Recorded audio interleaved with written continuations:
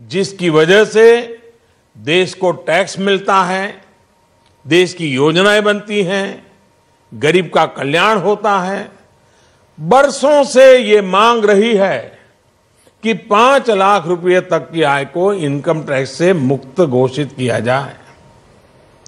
इतने वर्षों से की जा रही इस मांग को पूरा करने का काम हमारी सरकार ने किया है। साथियों, किसानों के लिए समय समय पर अलग अलग योजनाएं अलग अलग सरकारों ने बनाई हैं, लेकिन ऊपरी सतह के 2-3 करोड़ किसानों से ज्यादा किसान इन योजनाओं के दायरे में आए ही नहीं। अब प्रधानमंत्री किसान सम्मान निधि यानी जिसे पीएम किसान योजना कहा जा रहा है, उसका लाभ 12 करोड़ से ज्यादा उन किसानों को मिलेगा जिनके पास 5 एकड़ से या 5 एकड़ से कम भूमि है। एक प्रकार से आजादी के बाद देश के इतिहास में किसानों के लिए बनी ये सबसे बड़ी योजना है। हमारी सरकार किसानों के लिए एक के बाद एक ठोस कदम उठा रही है। पशुपालन, गौ संवर्धन, मछली पालन जैसे ग्रामीण जीवन और कृषि जीवन से जुड़े अहम क्षेत्रों का भी इस बजट में विशेष ध्यान रखा गया है।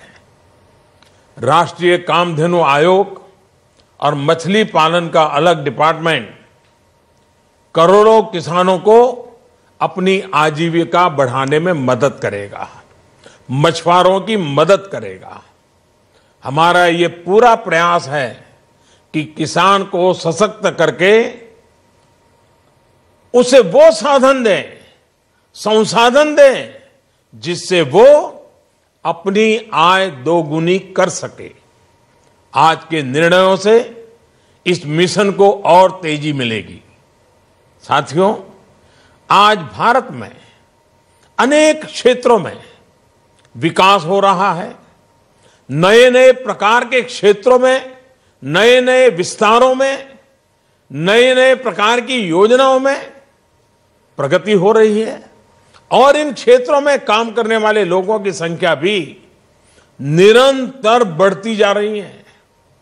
लेकिन असंगठित क्षेत्र के श्रमिकों, मजदूरों, अनऑर्गेनाइज्ड लेबर, जिसमें घर काम करने वाले लोग हों या खेतर मजदूर हो या ठेले चलाने वाले लोग हो, ऐसे समाज का एक बहुत बड़ा तबका है। मेरे भाइयों बहनों, इन मेरे बंधुओं की चिंता कभी नहीं की गई। उन्हें उनके नसीब पर छोड़ दिया गया। हमारे देश में इनकी संख्या, अनऑर्गेनाइज्ड लेबर की संख्या करीब करीब 40-42 करोड़ है। उनके लिए प्रधानमंत्री श्रम योगी मानधन योजना उनके जीवन के उत्तरार्ध 60 वर्ष की आयु के बाद की जिंदगी के लिए बहुत बड़ा संबल होगी। उन्हें आयुष्मान भारत योजना, प्रधानमंत्री जीवन ज्योति योजना, प्रधानमंत्री सुरक्षा बीमा योजना, प्रधानमंत्री आवास योजना जैसी अनेक योजनाओं का लाभ तो मिलेगा ही, बुढ़ापे में रोजमर्रा की जिंदगी गुजारने के लिए पेंशन भी मिला करेगा। भाइयों और बहनों, हमारी सरकार देश के हर उस नागरिक को विकास की मुख्य धारा से जोड़ने का प्रयास कर रही है जो अब भी कुछ कारणों से विकास का पूरा लाभ नहीं ले पाए हैं। समाज की आखिरी पंक्ति में खड़े व्यक्ति तक पहुंचने के इस प्रयास में सरकार ने गुमंतु समुदायों जैसे मदारी हैं, सपेरा हैं, बंजारा है, गाड़िया लुहार है आदि के लिए एक वेलफेयर बोर्ड बनाने का भी फैसला किया है। मुझे उम्मीद है कि सही पहचान होने के बाद सरकार के विकास कार्यों का लाभ इन समुदायों को और तेजी से मिलेगा। साथियों, व्यापारी वर्ग के लिए, ट्रेडर्स के लिए कोई मंत्रालय हो, उस विचार से एक नई व्यवस्था का विकसित करने की दिशा में हम आगे बढ़े हैं। देश के व्यापारी वर्ग, ट्रेडर्स और अनेक कर्मचारियों की आवश्यकताओं को समझते हुए उनकी जरूरतों को पूरा करने के लिए डीआईपीपी को रिस्ट्रक्चर करके उसे विशेष जिम्मेदारी दी गई है। अब ये विभाग department for promotion of industries and internal trade के नाम से जाना जाएगा। मुझे प्रसन्नता है कि अगले दशक के अंत तक की आवश्यकताओं को और लक्ष्यों को ध्यान में रखते हुए भी इस बजट में योजनाओं को समाहित किया गया है। ये बजट गरीब को शक्ति देगा, किसान को मजबूती देगा, श्रमिकों को सम्मान देगा, मिडिल क्लास के सपनों को साकार करेगा, ईमानदार टैक्स पेयर का गौरवगान करेगा, ट्रेडर्स को सशक्त करेगा, इंफ्रास्ट्रक्चर निर्माण को गति देगा, अर्थव्यवस्था को नया बल देगा, देश का विश्वास मजबूत करेगा। ये बजट न्यू इंडिया के लक्ष्यों की प्राप्ति में देश के 130 करोड़ लोगों को नई ऊर्जा देगा। ये बजट सर्वव्यापी, सर्वस्पर्शी, सर्वसमावेशी है, सर्वोत्कर्ष को समर्पित है। मैं एक बार फिर हमारे मित्र अरुण जी को और पीयूष जी को और उनकी टीम को इस उत्तम बजट के लिए बहुत बहुत बधाई देता हूं। धन्यवाद। এই মুহূর্তে প্রধানমন্ত্রী নরেন্দ্র মোদী তিনি বাজেটের পর বক্তব্য রাখছিলেন। ইতিমধ্যে অন্তর্বর্তী বাজেট পেশ করেছে মোদী সরকার এবং যাতে আয়কর ছাড়ের ঊর্ধ্বসীমা 2.5 লক্ষ টাকা থেকে বেড়ে একেবারে ডাবল অর্থাৎ 5 লক্ষ টাকা করা হয়েছে। ঊর্ধ্বসীমা 5 লক্ষ হয়েছে। স্ট্যান্ডার্ড ডিডাকশন রয়েছে 40,000 টাকা থেকে বেড়ে 50,000 টাকা এবং 80C ধারায় আরো 1.5 লক্ষ টাকা ছাড় অর্থাৎ প্রায় 6.5 লক্ষ টাকা ছাড়ের কথা ঘোষণা করেছে আজ মোদী সরকার। অন্তর্বর্তী বাজেট আজ পেশ হয়েছে এবং তারপরেই প্রধানমন্ত্রী নরেন্দ্র মোদীর বক্তব্য আমরা শুনছিলাম। পেনশন গ্রহীতাদের কর দিতে হবে না, ব্যাংক আমানতেও সুদে 40,000 টাকা পর্যন্ত আয়কর মুক্ত। এতদিন 10,000 টাকা পর্যন্ত আয়কর মুক্ত ছিল।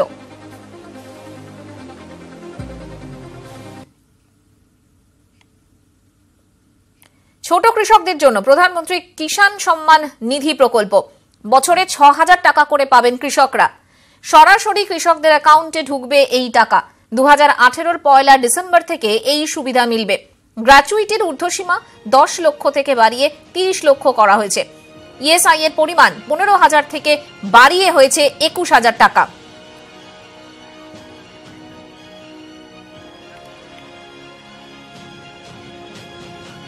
পীযূষ গোয়াল আয়কর ছাড় নিয়ে কি বললেন শুনবো।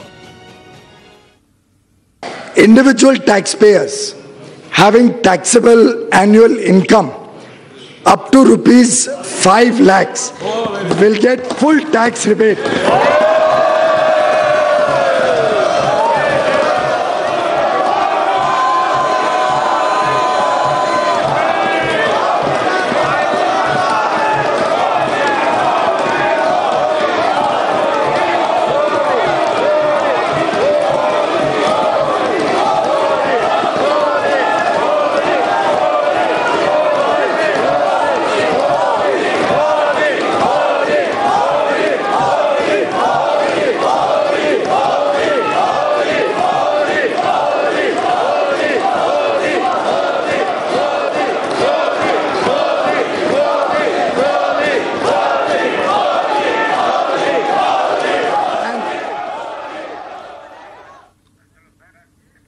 দায়িত্বপ্রাপ্ত অর্থমন্ত্রী পীযূষ গোয়াল কেন্দ্রীয় অর্থমন্ত্রী এবং তিনি আজ বাজেট পেশ করেছেন এবং তাতে সবথেকে বড় চমক আয়কর ছাড়ের ঊর্ধ্বসীমা 2.5 লক্ষ টাকা থেকে একেবারে বেড়ে হয়েছে 5 লক্ষ টাকা ঊর্ধ্বসীমা নির্ধারণ করা হয়েছে। সাধারণ মানুষ, মধ্যবিত্ত মানুষ যারা এই করের আওতার মধ্যে পড়েন তাদের যখন এরা ছাড় পাচ্ছেন তারা কি বলছেন, তারা কিভাবে দেখছেন আজকের এই বাজেটকে। আমাদের সঙ্গে মধ্য কলকাতা থেকে রয়েছেন আমাদের প্রতিনিধি বিশ্বজিৎ শাহ। বিশ্বজিৎ, প্রথমে যেটা জানতে চাইবো, 2.5 লাখ টাকা থেকে ঊর্ধ্বসীমা হয়েছে, ছাড়ের ঊর্ধ্বসীমা 5 লক্ষ টাকা, কি বলছেন সাধারণ মানুষ?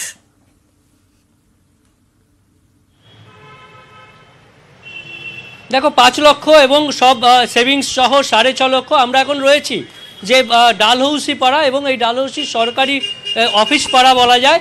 সেই অফিস পাড়ার সরকারি কর্মচারীরা কি বলছেন আমরা জেনে নেব। আমাদের সঙ্গে যে সরকারি, আপনি কোথায় কাজ করেন? কেএমসিতে পুরসভার কর্মী। আপনি এই যে ছাড় এবার ঘোষণা করা হলো কেন্দ্রীয় সরকারের বাজেটে, ঠিক কতটা ছাড়ে কতটা খুশি? ऐतिहासिक ছাড় আছে, বহুত খুশি হ্যাঁ। মন করছে কি গঙ্গাসাগরে যাই, গঙ্গাসাগরে যাই, চান করে এসে বিন্দাস ঘুমাই। একদমই, অর্থাৎ মঞ্জিরা শুনতেই পাচ্ছ যে সরকারি কর্মচারীদের একাংশ তারা কিন্তু বেশ খুশি, কারণ ছাড়ের একটা লম্বা রেস্ট তো পাওয়া গেছে এবং আরও বেশ কিছু সরকারি কর্মী রয়েছেন, তাদের কাছেও আমরা চলে যাব যে এই যে সরকারি বাজেট যদিও অন্তর্বর্তী বাজেট, কিন্তু এই যে আয়করের ছাড় তাতে কতটা খুশি, কতটা স্বস্তি পেলেন? দেখুন, আয়করের ছাড়টা প্রশংসা করতেই হয়, কিন্তু তারপরে বাকি যেটা পুরোটাই জুমলা। এই কারণে যে সরকারটার আয়ু 100 দিন খুব বেশি হলে সেই সরকারটা 365 দিনের বাজেট পেশ করছে এবং বহু ক্ষেত্রে 5 বছরের দায়িত্ব নিয়ে নিচ্ছে। এটা শুধু অনৈতিক নয়, অন্যায়। অর্থাৎ পরে যে সরকার আসবে তার উপর অনৈতিক দায় চাপিয়ে যাচ্ছে। এবার প্রশ্ন হচ্ছে, দেখবেন আপনারা বাজেটে বলেছে যে প্রতিরক্ষা খাতে 3 লক্ষ কোটি টাকা বাজেট বরাদ্দ হবে। তাই রাফায়েলের মতো যদি ওই দুর্নীতি হয় তাহলে দুর্নীতির টাকা দিতে চলে যাবে। দুর্নীতি রোধে, প্রতিরক্ষা ক্ষেত্রে দুর্নীতি রোধে কিন্তু একটা শব্দ বলা নেই। ব্যক্তিগতভাবে যে ইনকাম, সেই ইনকামের ক্ষেত্রে কিন্তু সরকারি যে বাজেটের ছাড়, আরও কয়েকজন রয়েছে। আপনি কিসে কাজ করেন? Form group. এই যে বেসরকারি কর্মী একজন রয়েছেন, এই যে সরকারিভাবে যে ট্যাক্সের ছাড় বা এই যে বাজেট, কি বলবেন? বলার কিছু না, যা হলো ভালোই হলো, খারাপ না। যতটা বুঝি, যতটা জানি, খুবই ভালো হয়েছে। এই নিয়ে আমরা খুব খুশি। যারা আরও কয়েকজন রয়েছেন, যে আপনি কিসের কাজ করেন? কোম্পানিতে কাজ করি। অর্থাৎ বেসরকারি কোম্পানি আরও একজন রয়েছেন। সরকারি কর্মীদের আমরা বক্তব্য শুনলাম। আপনার কাছে যাব যে এই যে সরকারি বাজেট, আজকের বাজেট, কতটা স্বস্তি পেলেন না অস্বস্তি? স্বস্তি পেলাম, এবং এই সরকার যদি থাকে আরও ভালোই হবে বলে আশা করা যাচ্ছে আর কি। কেন, মানে কোন দিকের স্বস্তির কথা বলছে? আয়করে যে ছাড়টা দিয়েছে তো ভালোই দিয়েছে তো ওরা। এরপরে আশা করি যদি সরকার তো ফিরেই আসবে, কোনো অসুবিধা নেই। আশা করি আমরা আরও সুবিধা পাবো আর কি। অর্থাৎ এই যে আয়করের ছাড়, যদি একটু আসেন এদিকে, যে যারা রয়েছেন, আমরা সরকারি কর্মচারী এবং বেসরকারি কর্মচারী, যারা প্রাইভেট কোম্পানিতে রয়েছেন এবং সরকারি কর্মচারী, আয়করে ছাড়ের ক্ষেত্রে তারা কিন্তু প্রত্যেকেই কার্যত স্বস্তি পেয়েছেন এবং এই যে একটা লম্বা আয়করে ছাড়, তাতে কিন্তু সকলেই স্বস্তি পেয়েছেন। যদিও বাজেটের অন্য বেশ কিছু বিষয় নিয়ে অনেকেরই বক্তব্য আছে এবং এই সরকার, যে সরকার আর মাত্র আয়ু বেশি দিন নেই, তারা আবার ফিরে আসবেন কিনা সেই গ্যারান্টি নেই। সেক্ষেত্রে দাঁড়িয়ে এই অন্তর্বর্তী বাজেটের যে ছাড়, সেই ছাড়ে খুশি সবাই, কিন্তু আশঙ্কা একটা থেকেই যাচ্ছে যে এই ছাড় শেষ পর্যন্ত কতটা কার্যকর হবে। ধন্যবাদ বিশ্বজিৎ। কথা বলছিলাম প্রতিনিধি বিশ্বজিৎ সাহার সঙ্গে। খুশি আম আদমি। অন্তর্বর্তী বাজেটে কৃষকদের জন্য বড় ঘোষণা ছিল। প্রধানমন্ত্রী কিষাণ সম্মান নিধি প্রকল্পের ঘোষণা করলেন ভারপ্রাপ্ত অর্থমন্ত্রী পীযূষ গোয়াল। আর এই প্রকল্পের আওতায় ছোট ও প্রান্তিক কৃষকরা বছরে 6,000 টাকা করে পাবেন। 2018 পয়লা ডিসেম্বর থেকে এই প্রকল্পের সুবিধা মিলবে। উপকৃত হবেন 12 কোটি কৃষক। हमारे मेहनती किसानों को फसल का पूरा मूल्य नहीं मिलता था। हमारी सरकार ने किसानों की आय दुगुनी करने हेतु इतिहास में पहली बार सभी 22 फसलों का न्यूनतम समर्थन मूल्य एमएसपी लागत से कम 50% अधिक निर्धारित किया। Agriculture continues to be the main driver of the rural economy. Our hardworking farmers, supported by the pro-farmer policies of our government in the past 4.5 years, have produced agriculture commodities in record quantities. Declining prices of agricultural commodities in the international market and fall in food inflation in India since the last 2 years relative to the non-food sector have, however, reduced the returns from farming.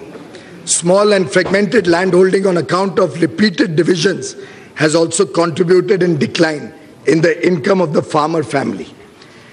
Hence, there is a need for providing structured income support to the poor landholder farmer families in the country for procuring inputs such as seeds, fertilizers, equipment, labor, and to meet other needs. Such support will help them in avoiding indebtedness as well and falling into the clutches of money lenders. To provide an assured income support to the small and marginal farmers, छोटे और सीमांत जो किसान हैं, उनको एक प्रकार से उनकी आय में और तेज गति से बढ़े और एक समर्थन देने के हेतु प्रधानमंत्री किसान सम्मान निधि पीएम किसान नाम की एक ऐतिहासिक योजना इस सरकार ने मंजूरी की है। पीएम किसान इस योजना के तहत जो वल्नरेबल किसान हैं, जो छोटी जमीन रखते हैं, 2 हेक्टेयर तक की जिनकी जमीन है, 2 हेक्टेयर तक की जमीन को, उन सभी को सीधा उनके इनकम में सपोर्ट, डायरेक्ट इनकम सपोर्ट 6,000 रुपए प्रति वर्ष के हिसाब से देने का निर्णय सरकार ने किया है। This income support will be transferred directly into the bank accounts of beneficiary farmers in 3 equal installments of rupees 2,000 each. This program will be funded 100% by the government of India. करीब 12 करोड़ किसान परिवारों का इससे सीधा लाभ मिलेगा। I propose an outlay of rupees 75,000 crore for PM Kisan for the financial year 1920. I am also providing 20,000 crores in the revised estimates of the current year itself.